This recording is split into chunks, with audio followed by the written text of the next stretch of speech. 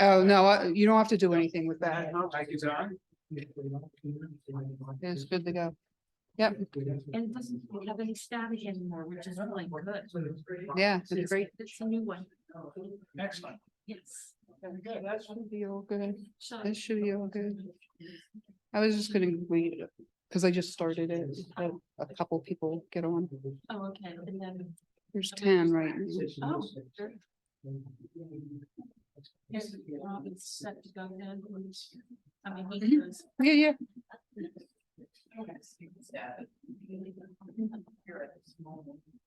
Yeah, if you want to start it, whenever.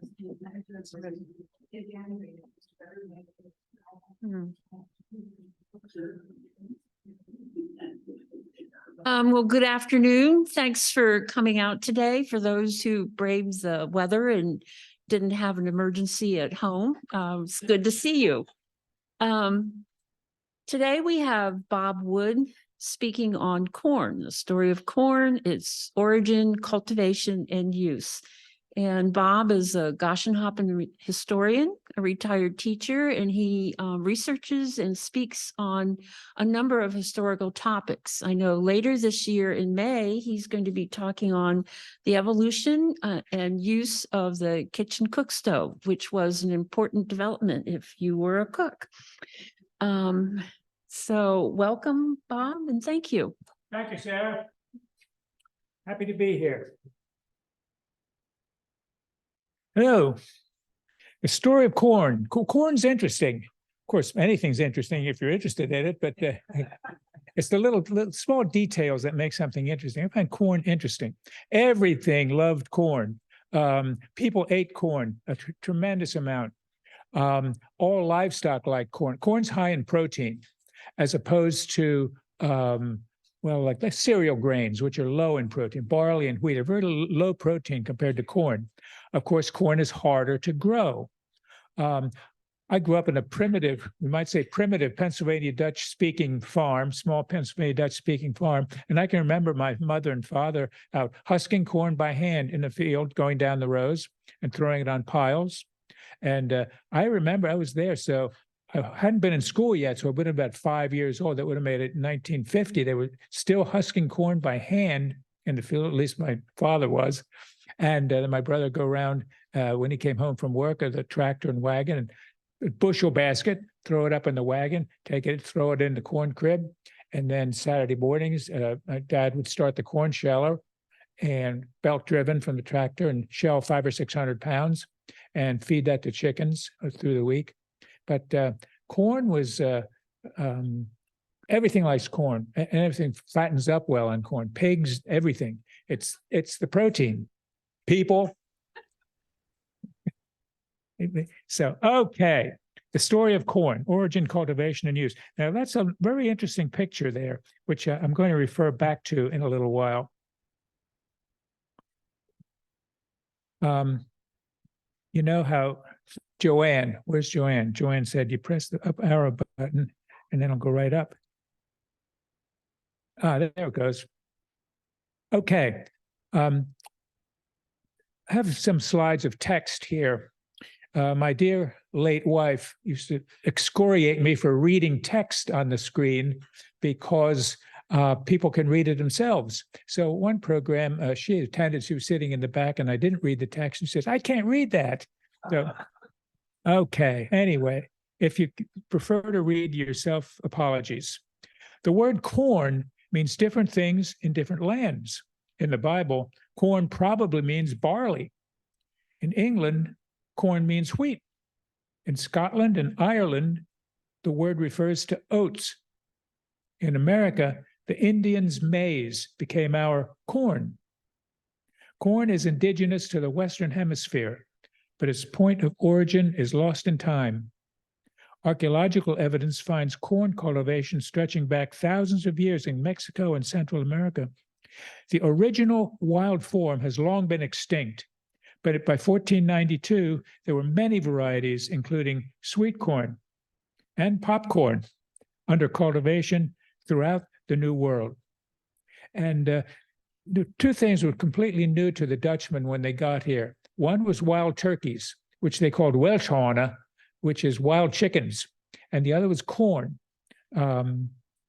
So how did corn evolve? The evolution of corn is a fascinating story. As maize became domesticated in Mesoamerica, it was radically altered through selective breeding. Early farmers would examine their plants and save the seeds of those that were larger or tastier, whose kernels were easier to grind. Selective breeding. Well, we did the same thing. When we kids on a Saturday morning would be in a corn crib, putting corn in a bushel basket to take out, my father would come and get it and shell it. If you had really big, nice ears, you had a special bushel, you set it aside, you put it through it into there, and then we shelled those and used that for seed corn the next spring. So that, you do that for a couple hundred years, and you have a variety of grain, anything. They did that with everything. You had a variety that was adapted to your climate and your soil. So that was a good thing. Originally, corn was teosinte. It was the ear was a little thing, almost like a wheat ear, like an ear of wheat, and it grew out in the tips of the branches. And then, of course, modern corn is modern corn. See the corn cobs there, the primitive ones, they were very small, maybe, hardly more than the size of a thumb. And by selective breeding, that is simply plant every year, planting the desirable ones, planting the larger ones, it just evolved and it got larger and larger and larger. Items found on the dry surface of a despoiled ancient burial ground near Peru, a primitive 1.5-inch long corn cob. The friends of mine, the Dailies, were in the Peace Corps, and the natives there in Peru, the residents, they would despoil all the old cemeteries looking for any pots, ceramic pots. And you can't blame them if you found one. It was like a year or two's worth of income. They were very valuable, of course, totally illegal, but all of those cemeteries were all dug. And it's fast things that you found there.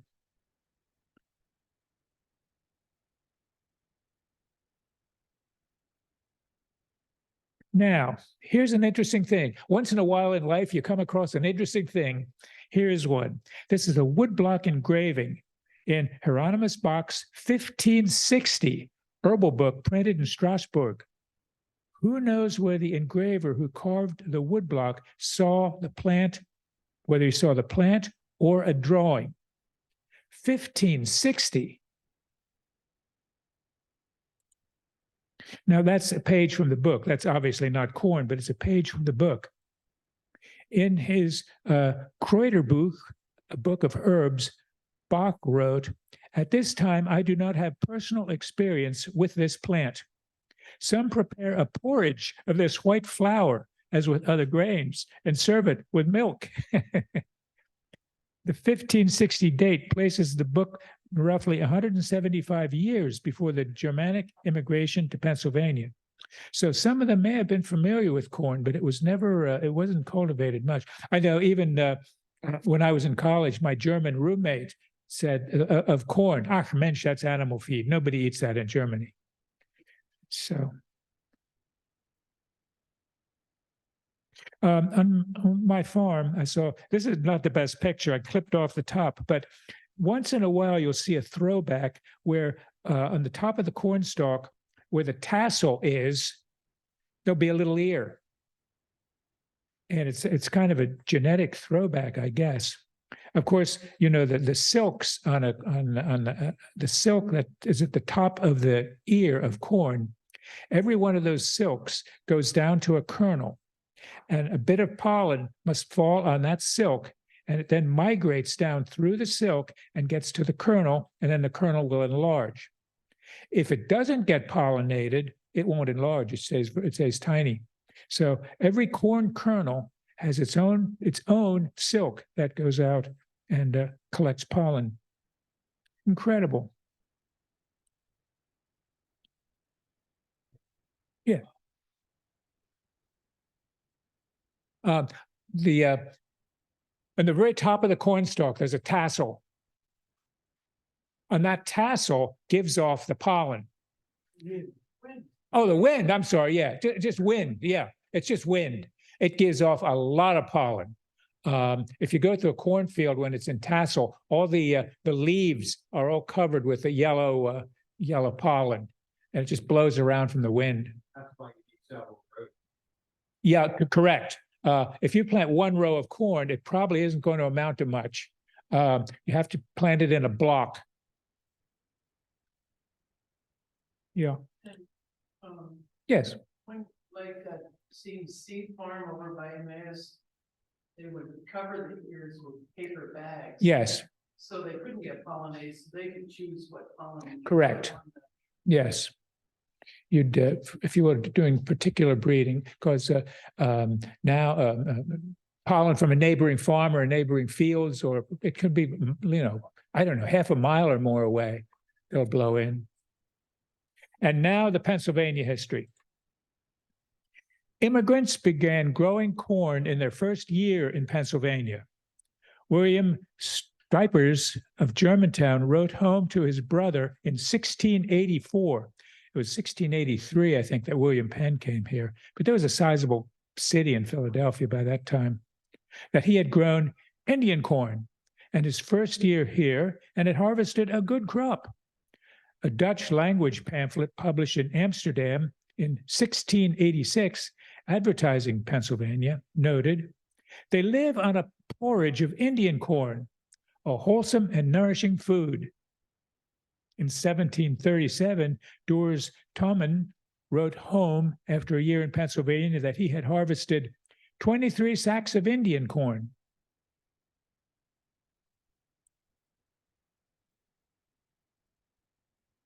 Of course, there we are.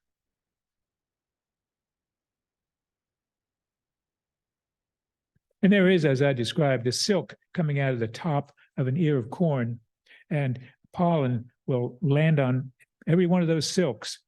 A microscopic pollen grain will land on, somehow it migrates down inside the silk to the kernel. Corn originally was grown in hills. It wasn't really grown in rows. Well, maybe the hills were in rows, but it was grown in hills. Several corn kernels to a hill. So it came up kind of as a clump. And of course, he cultivated corn. And there's several stalks coming out of each hill. A legend has it that the corn used to be planted during the shad run. When the creeks and streams around here, before they were dammed, were loaded with shad in the spring. It's a large fish, almost like a small carp. And it was said, well, who knows if it's true, but it was said that they'd put a shad and then cover it with ground and then put corn kernels on top of that. And when the shad decayed, it would fertilize the corn. Someone I read tried that once, and the raccoons dug them all up. So I don't know. Also, incidentally, he has his harness on right. The traces to the because you never put them both underneath your armpits, because if the horse bolts, it'll drag you along and you can't get it off. That way, the way it is there, he could take his left hand and push the trace up over his head, so he wouldn't be trapped and dragged along. Of course, then and that on the left, there's the corn planter like we used to have. It's my father used to ride on that. Basically, it's a horse-drawn implement, I think. And on the right, what we have now. In the 18th century, tops, the blades, the leaves, were removed while green for fodder, planted in hills. As soon as it was pollinated, they would cut off the top of the stalk and take all of the leaves and take those into the barn to dry, and then it was fodder. fodder is it's good, nutritious feed for cattle and cows over the winter. If you let the corn dry out in the field, it loses all of its food value. You have to cut it and take it in while it's still green. Well, of course, this totally damaged the developing ear. And I don't know, eventually it was abandoned. Well, it was abandoned. Then it came along with corn shocking, which I'll get to in a moment. So that's corn there that was topped and bladed. See, the problem is, if you cut the corn stalk off when it was green, it made good fodder, but the kernel was then still milky. It wasn't dried out enough, and it would rot. It would mold. So you had to let it dry. You probably about in October, November after frost. Well, back in those days you had frost in September, but if you had frost and it was hardened off, then you could pick it and take it in. But by then the stalk had lost all of its food value to use as fodder. So what they invented to solve that was corn shocks. You would go along and you would shock the corn, and that was a whole science in itself. It went about four rows. You'd bend 4 stalks over, tie them together. That made a buck, or it made a frame. Then you basically just piled the corn against that. And I'll get to more of that later. So anyway, while it was still green, you did that. While it was there in the field in the shock, it would dry off, and the corn would dry out, and the kernel would dry out so that it wouldn't mold. So then, these are corn cutters. To cut the corn, these thin tin ones here, these were the ones that I remember. They were more like machetes. But these thin tin ones, I don't know how they were used. I imagine that you put it down and pulled it toward you to cut through the stalk. You'd cut through the stalk about 6 inches or a foot off the ground. And typical corn cutters. Here's one that's made from a ground down scythe blade.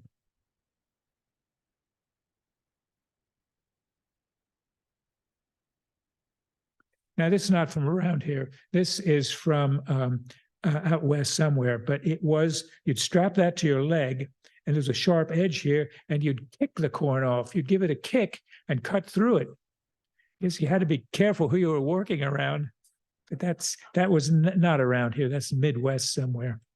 Curiosity. This picture was from a friend of mine, Tommy Arnold. He's gone now, and I don't know what ever happened. It was a homemade thing. It was a cinch to put around the corn shock and pull it real tight, and then you could cinch the rope into this wedge shape here, and then you could put the twine around the corn shock and tie it off with twine. But it basically was a cinch to draw it together and make it tight.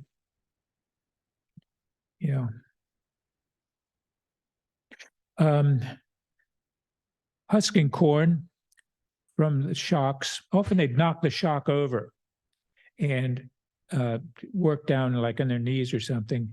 And then after it was husked out, the corn shock would be put onto big fodder shocks. Well, I'll get to that a little later. Pumpkins, cow pumpkins. You always planted cow pumpkins in the cornfield. And cow pumpkins were good. They'd last over the winter. You could put them in a wagon, take them in the barn, put them up in the hay mows where they used to keep them. And then there was special, like a stumper to break them up, and you'd feed them to the cows over the winter. They were nutritious and good. And I guess the more of those you had, the better. But they're called cow pumpkins.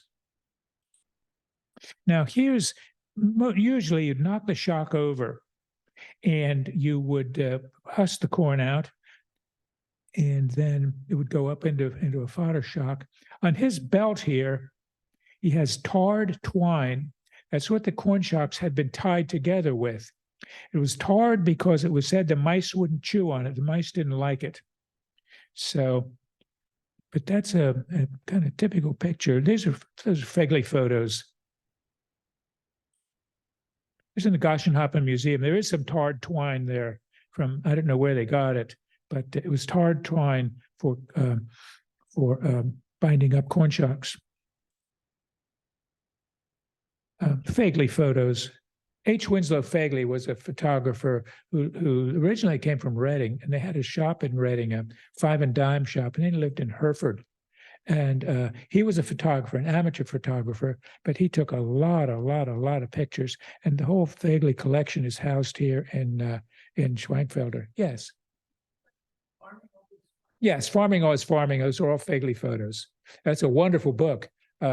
It's you're probably familiar with it. And he did the photos, and Alan Kaiser did the write-ups and the descriptions.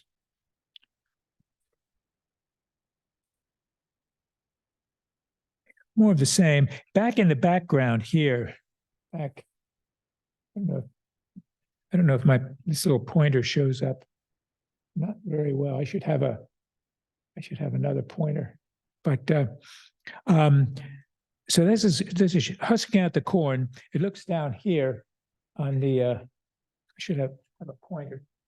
Looks like red corn, and making a pile down here. And if it's husked out, those corn stalks are gathered together and put on big piles called fodder shocks. From there, they'll be taken in to the barn and chopped up, cut up, usually in a fodder cutter. When hit and miss engines came along, there was a fodder cutter. Before that, they were cut up by hand.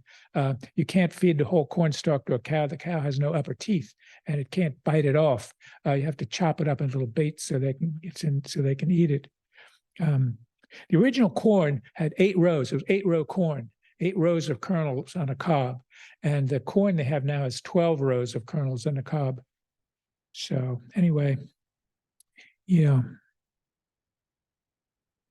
now I don't have my computer here, but I have some interesting downloads. In 1942, they did aerial photographs of the whole state of Pennsylvania, and probably a war thing. And these aerial photographs are good. They're crisp and sharp and clear. And so it's 1942.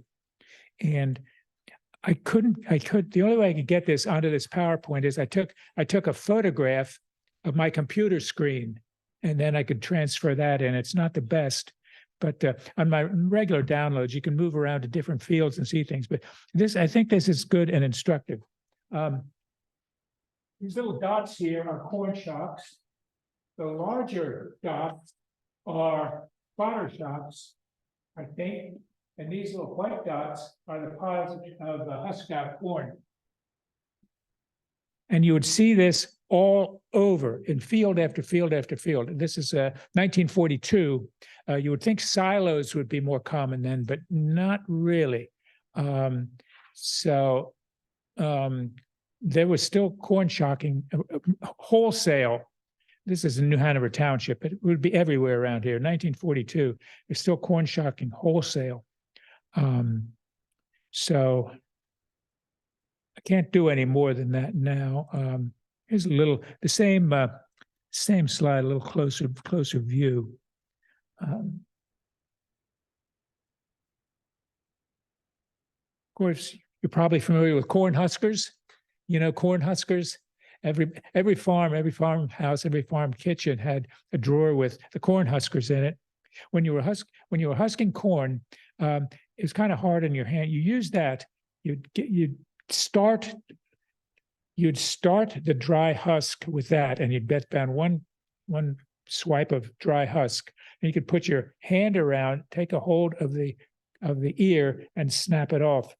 And one swift motion, you could husk the whole thing. And corn huskers were everywhere, all different styles. Alan Kaiser, whom you may know, has like a half a bushel basket full of them, of all different kinds. This is one with studded snow tires, or studded corn husker. Many, many, many different styles and varieties. It looks a little child's one, homemade, but looks like for a child, it's tiny. And homemade ones, you needed a little string to put it on your middle finger, but basically all you needed was something to hold stick to hold in your hand when it came to a point.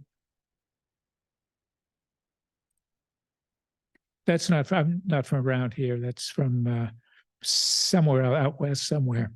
You do some serious heavy caliber husking there.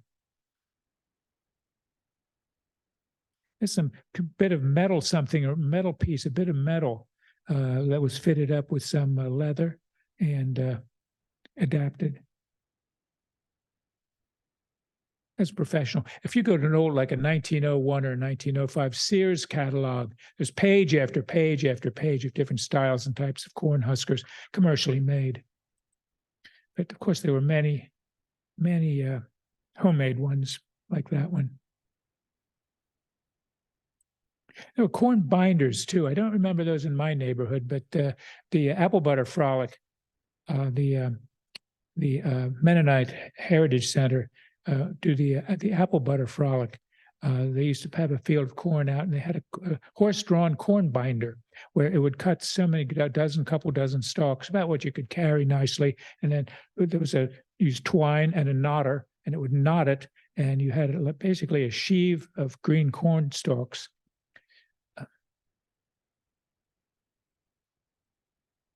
Following photos, courtesy of Schwenkfelder Library and Heritage Center, they're from the Fagley collection. Now, here's an interesting picture. Here, of course, is the barn. And I should have a pointer. Originally, the cut corn fodder was kept, it was just a stone square attached to the barn. And that the original silos were. I apologize to the Zoom folks as I'm stepping away there. But where the elevator goes up there, it looks like a stairs, but it's an elevator. It's a conveyor. Underneath that, there's a stone box, and that was the original silo. And next to it, we have a stave silo. That was the next generation. They were made generally of redwood.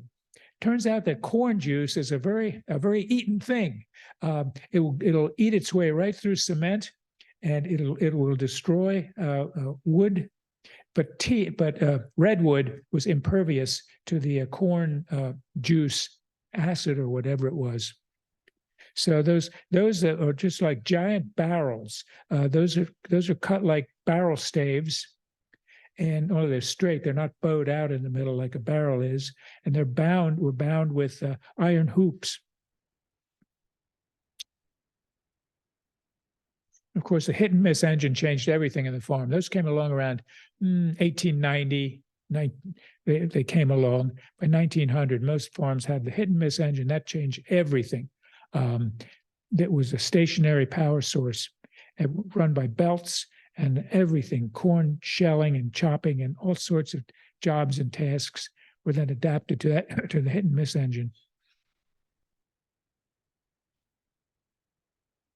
Now there's cutting corn in tassel for to put it in silo. That looks good. They try to let the ears mature a little, and so that you have some corn on the ear when you blow it in the silo. But that's how you had to cut it green so it maintained its food value. There's some early silos, an early kind of conveyor elevator. You would have needed a hit and miss engine to run that. I don't see one, but it's probably there somewhere.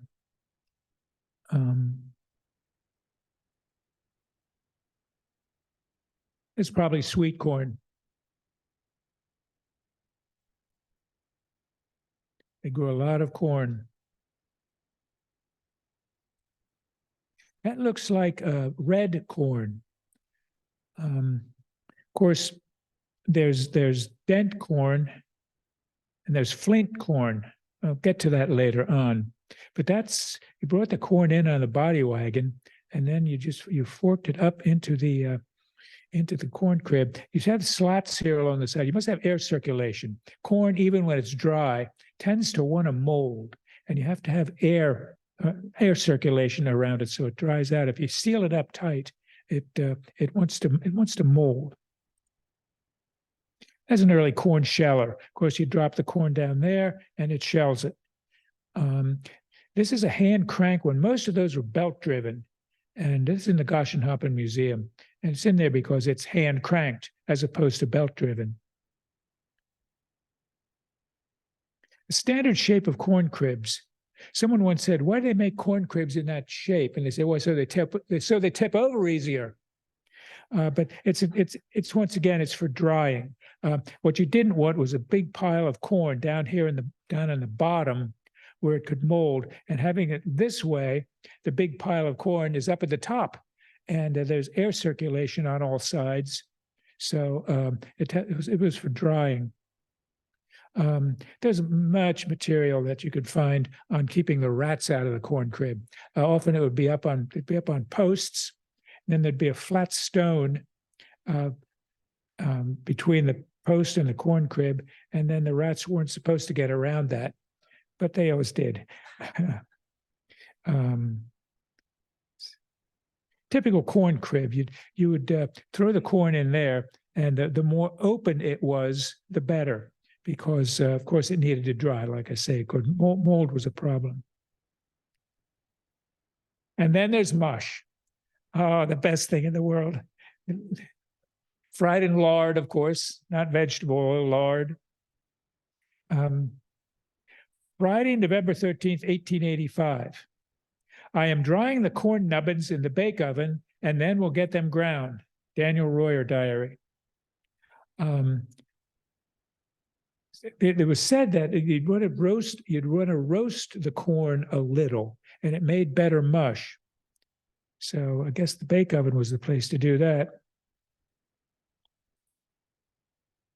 Those 8-row flint corn had the rounded top, like popcorn is a flint corn. The top is rounded.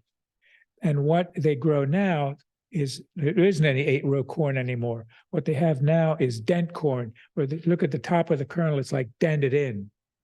All the millions of acres of corn in the United States, it's about the same variety. And of course, it's all GMO'd and everything that makes modern corn and modern crops modern crops.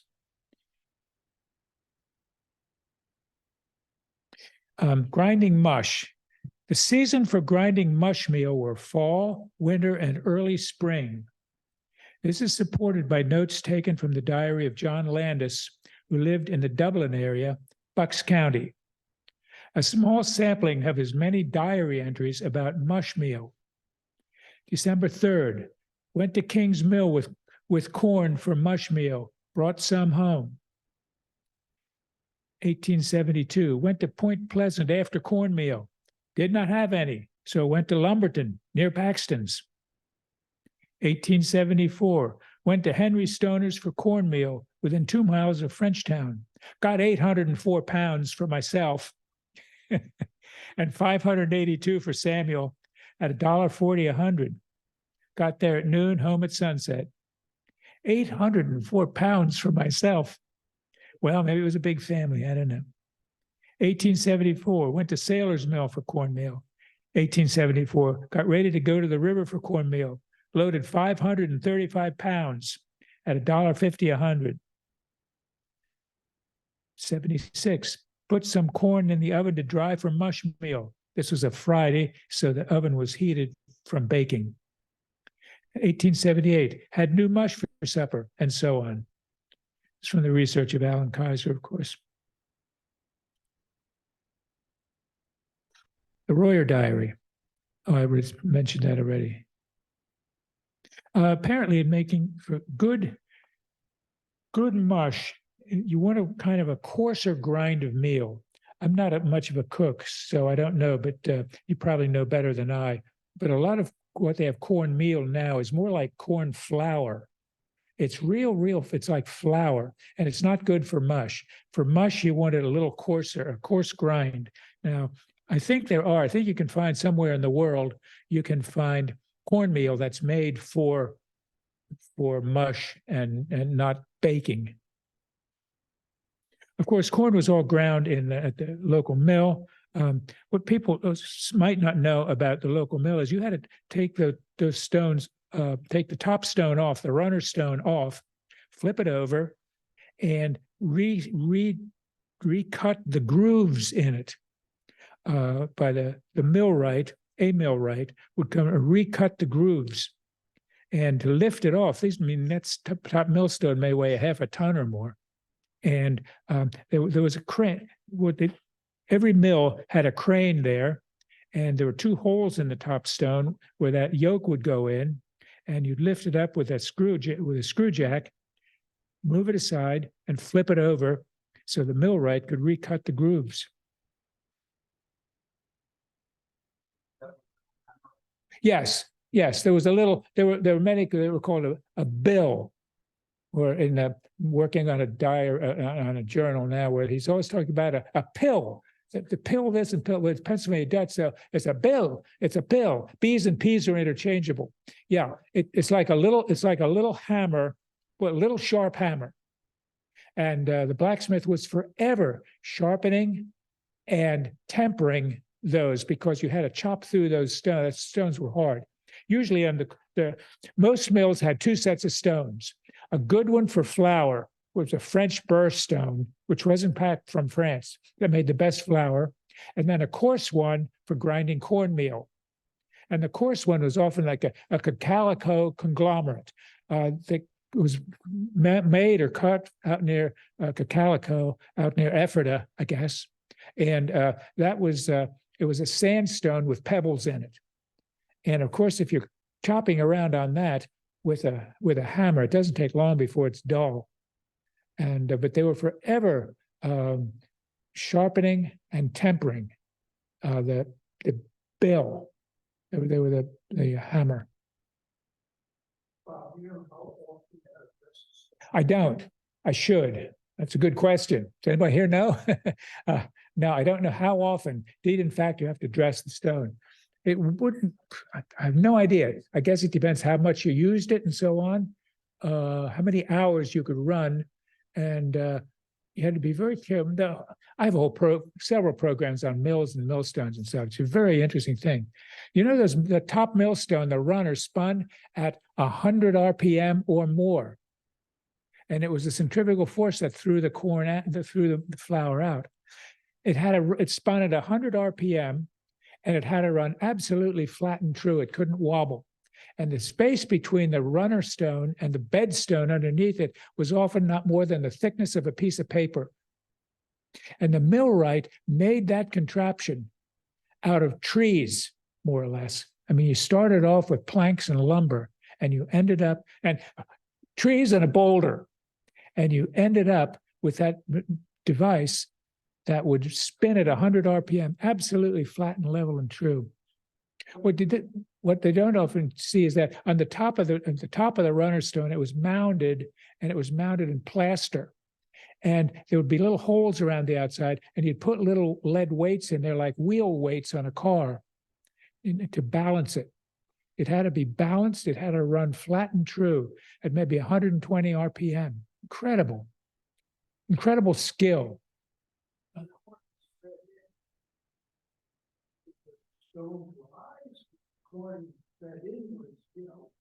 No, it ground. There were grooves, and it wasn't just a groove. It was cut at an angle. It had made like a scissors-like or a cutting motion between the two millstones. And no, the top one didn't rise. That was the point. They ran true, and it was in those grooves, and the centrifugal force threw the corn out. Yeah. So you would think. And of course, the miller had right in the top by the millstones, there was a little iron wheel that went down to a screw underneath where the spindle that came up that spun the millstones. He could turn that a little bit. He could raise and lower the millstone by millimeters. So he could set it for whatever he wanted. But I digress. The following slides are a few corn-inspired items from the extensive collection of historians Debbie and Danny Barr, Goshenhoppen historians. They have a lot of corn stuff. That looks like a clay wet clay that was impressed into an ear of corn and retained the impression. They have a lot of corn stuff. Curiously, that it is apparent it's from Africa. It's a penis sheath. It is said.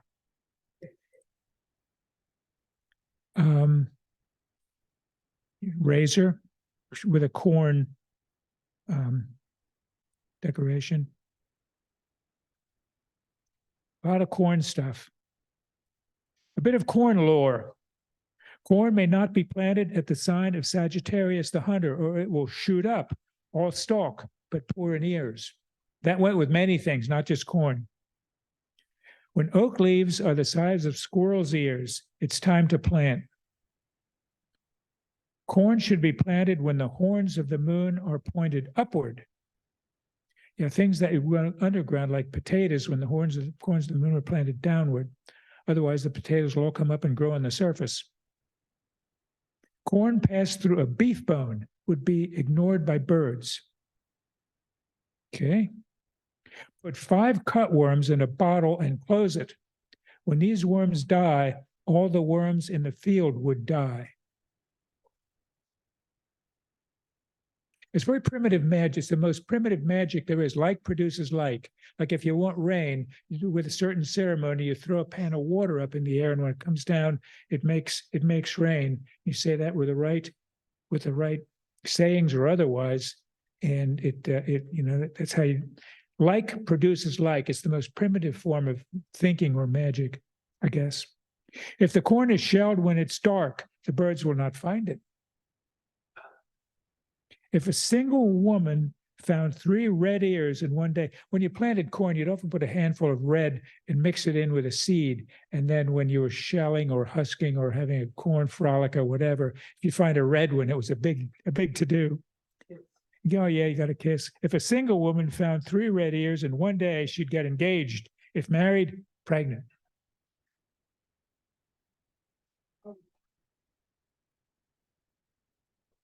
Corn yield per acre, 1866 to 2010. It was steady there up until they got hybrid corn and fertilizers, and then it goes up. And now that was 180 bushels an acre. Now 240, 250. And the good Berks County ground up in the Ole Valley, 250 bushels to the acre. Incredible. And it's sowed so thickly, which you may have seen. Back in the day, we wanted big ears. Well, they don't care about the size of the ears. They want yield per acre. So the corn isn't really planted so much as sown. It's like sown. It's only maybe 4 inches, 5 inches apart, the seeds. Now they double row it. There'll be a row, and then right aside of it, there'll be 6 inches away or less, another row.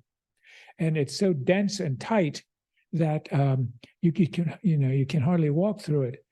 How do you get through it to cultivate? Nobody cultivates anymore. You spray it. You spray it with Roundup and whatnot, and there you go, kills the weeds. But tremendous quantities of corn grown now. Yes. So, sort of like lost then.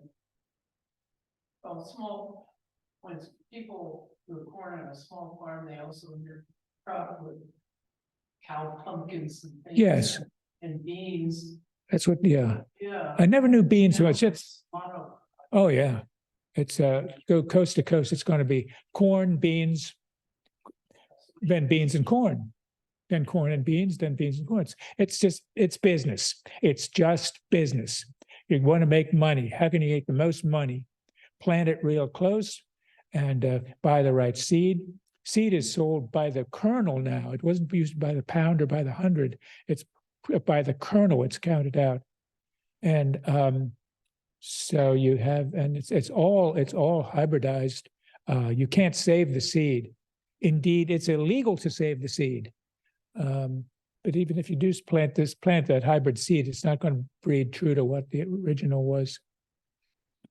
So anyway, now it's all about the yield per acre. That's all, and it's just a business. Yes. Yes. The seed company. The seed companies make the hybrid seed. They do the hybridizing somehow, I think. Yeah, they grow it, I think.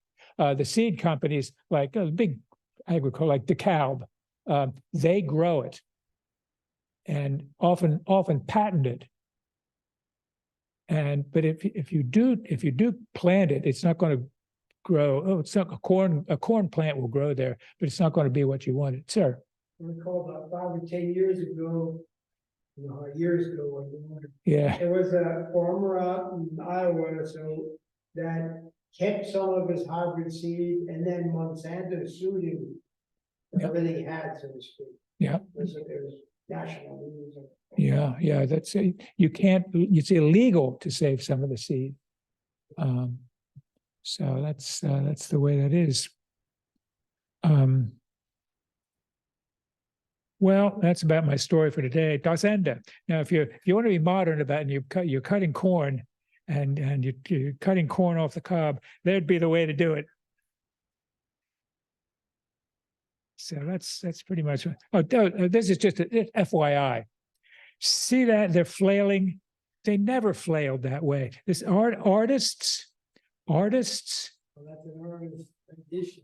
That's an artist's rendition. That artist that saw that never saw actually threshing wheat with a flail, or it didn't matter. But everyone thinks that you wailed the flail overhand like a sledgehammer or something. Not true.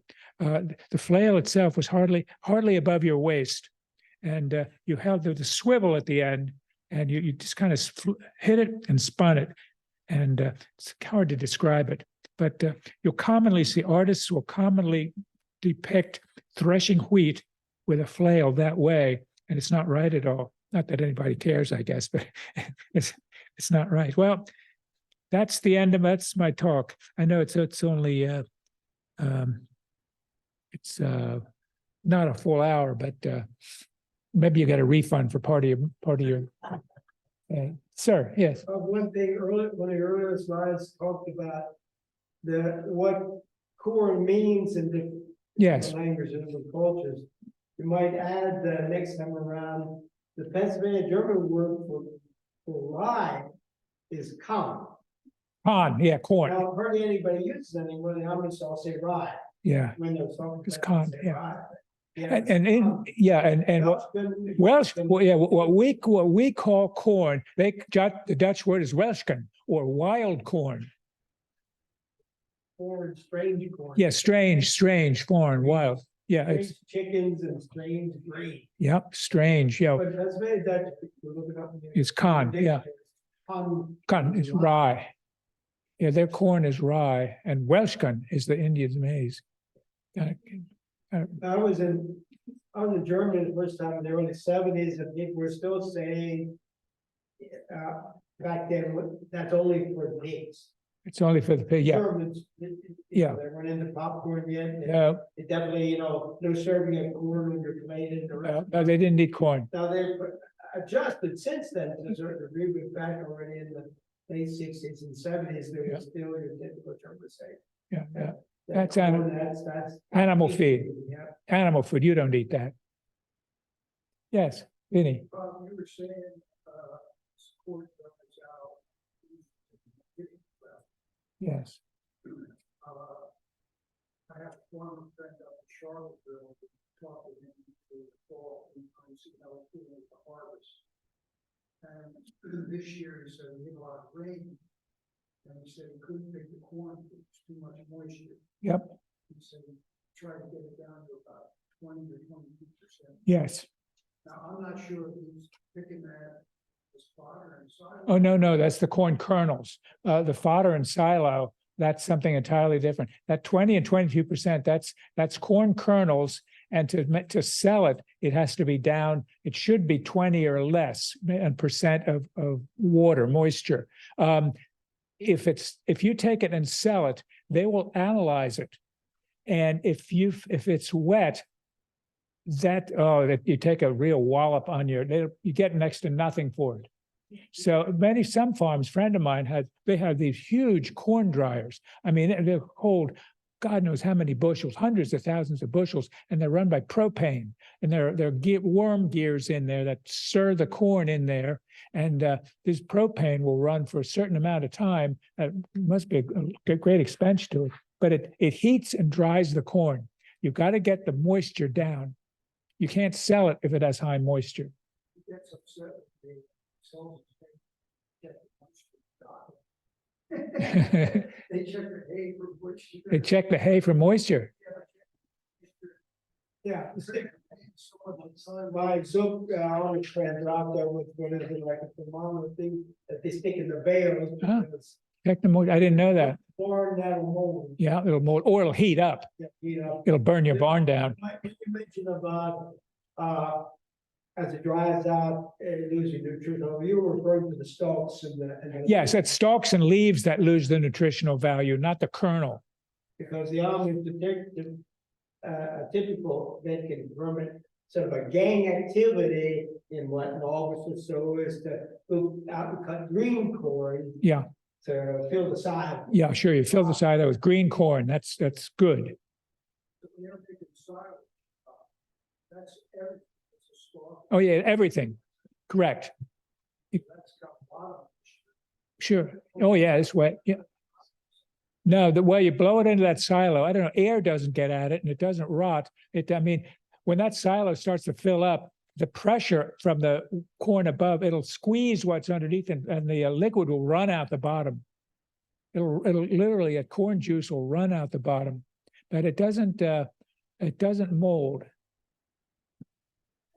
Yeah, that's even better. It ferments. The cows like it even better. Yeah. Yeah. Yes. And the neighbors that cultivated corn long before we were here. Yes. Oh yeah, corn originated in Mesoamerica. And God, it's lost in time, lost in the depths of time. As I showed, some of those little corn cobs, only a few inches long, were the original corn cobs. And then through selective breeding, every year you just took the largest one. Well, after 1,000 years, the corn just got bigger and bigger and bigger. That the kernels were given to white people. I guess it was the corn that was growing here when the Europeans arrived. So it was the Indians' grain or the Indians' corn. Well, if no one has any other comments, that's my story and I'm sticking to it. So, yes, ma'am.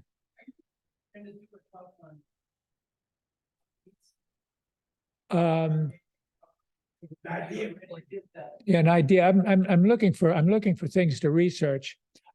Buckwheat is interesting. That's a good suggestion. Buckwheat, despite being called wheat, it's not a wheat. It's actually in the rhubarb family. It's like a three-sided kernel, pyramid-shaped kernel, and a buckwheat was a staple. Well, they used it in scrapple. Buckwheat flour. I mean, you can still get it. Well, I used it. Buckwheat flour is well, I don't know, it's good. And so yeah, I should do one. Well, maybe there's it's hard to do a whole hour presentation on just one thing, but maybe do some common things like buckwheat, rye. Oh yeah, rye whiskey. As Candace here observed, one more thing, and then I'll be quiet. Everybody knows that pumpernickel bread or rye bread, the Dutchmen around here grew rye, and then you used it in bread, and you made rye bread, and you made whiskey with it. And Candace, who's the curator here, opined or made the observation that it may be that the grain was a byproduct of growing rye, and you actually grew rye for the stalks because they thatched with rye. I have an interesting program on early roofing practices.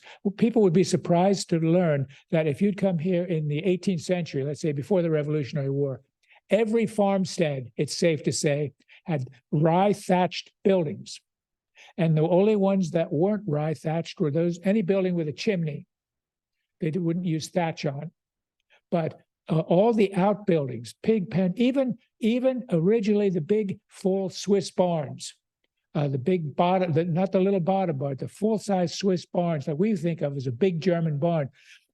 Some of those were originally thatched with rye straw, and it took a lot of rye straw, but the thatching would last maybe 15 years, 12, 15 years. Some of the big barns, they had to rotate, they'd do a quarter of it or a section of it every year and work their way around. But rye straw fackles were a commodity. If you grew rye and you didn't want the rye straw, you could sell that. And when you thrashed it out, there's a way that you'd basically bind and wrap a handful of rye straw, a bundle of rye straw with a rye straw band and tuck it under. And that was basically like a shingle. It's a thing that you shingled with. Those were tied onto the slats up in the barn. Yes, yeah. Original rice straw was shoulder high. Well, originally wheat in European wheat, medieval wheat grew shoulder high, and that may have somewhat been used for thatching too. But it was also then most of the energy of the plant went into the stalk, and they kind of bred that out as much as they could. Yes. I think Alan Carson in a talk that he gave us once mentioned about constro, rye straw. Yeah. That they used that in the old days to also bind the wheat. Oh yeah. Because it was that much longer. It was longer, and you bound the wheat with it, and there was a certain way you tucked the ends under, and it didn't fall apart. And your wheat sheaves were bound with rye straw. What's that? Yeah, oh yeah, rye straw. You made a continuous long bundle, like maybe thick as a finger or whatever, and then you wrap that with the oak splint, the wet white oak splints or little strips of wet green white oak wood, and you had all those rye straw bread baskets and bee skeps and everything. Rye was very versatile. Okay, I'll be quiet now. Thank you all for coming. Yeah, everything.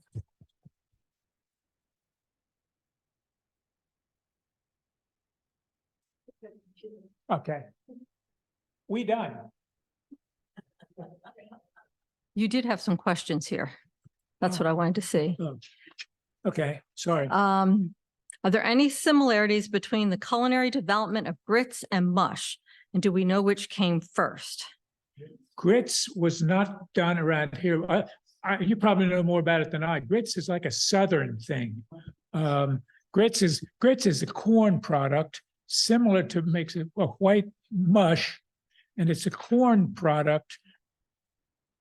And of course, and so is mush. To answer your question, I don't know.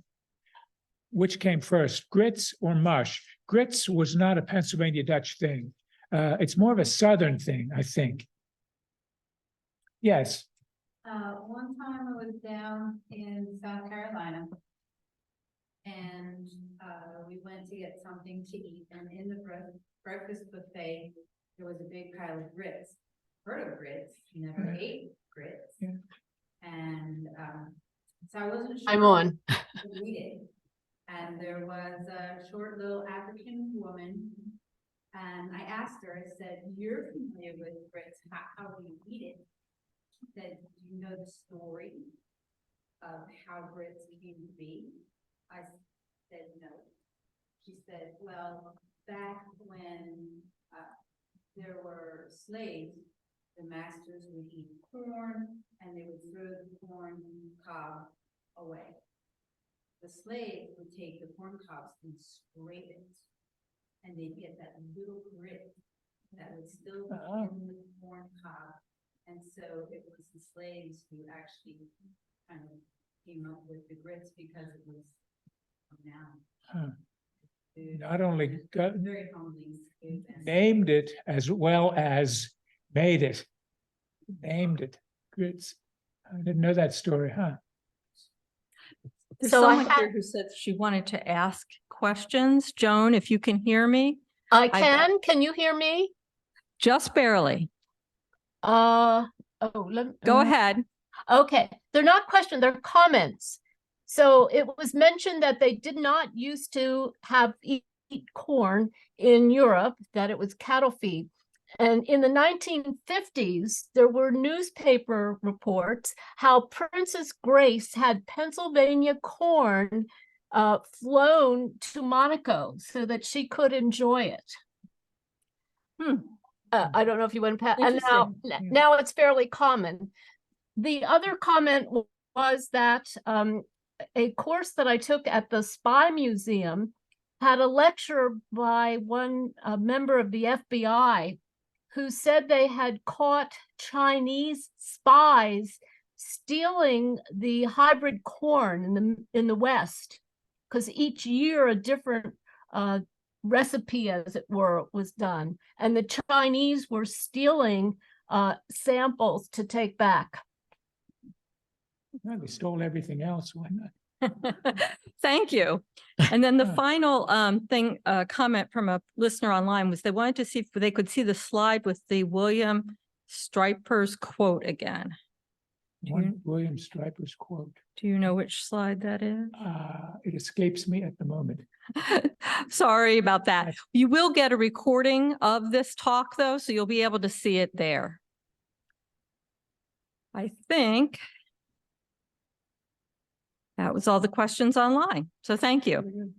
Yeah, Lee. You can get fruits at the Valley Cafe. Oh, yeah? Yes. At the Valley Cafe. Yeah.